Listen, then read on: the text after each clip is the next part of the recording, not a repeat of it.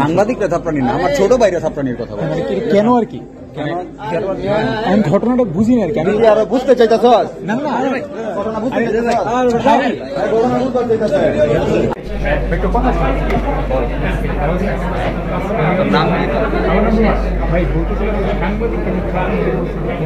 সাংবাদিকরা থাপড়ানি না, আমার ছোট ভাইরা থাপড়ানির কথা বলে। কেন আর কি কেন আমি ঘটনাটা বুঝি না আর কি। আরো বুঝতে চাইতেছ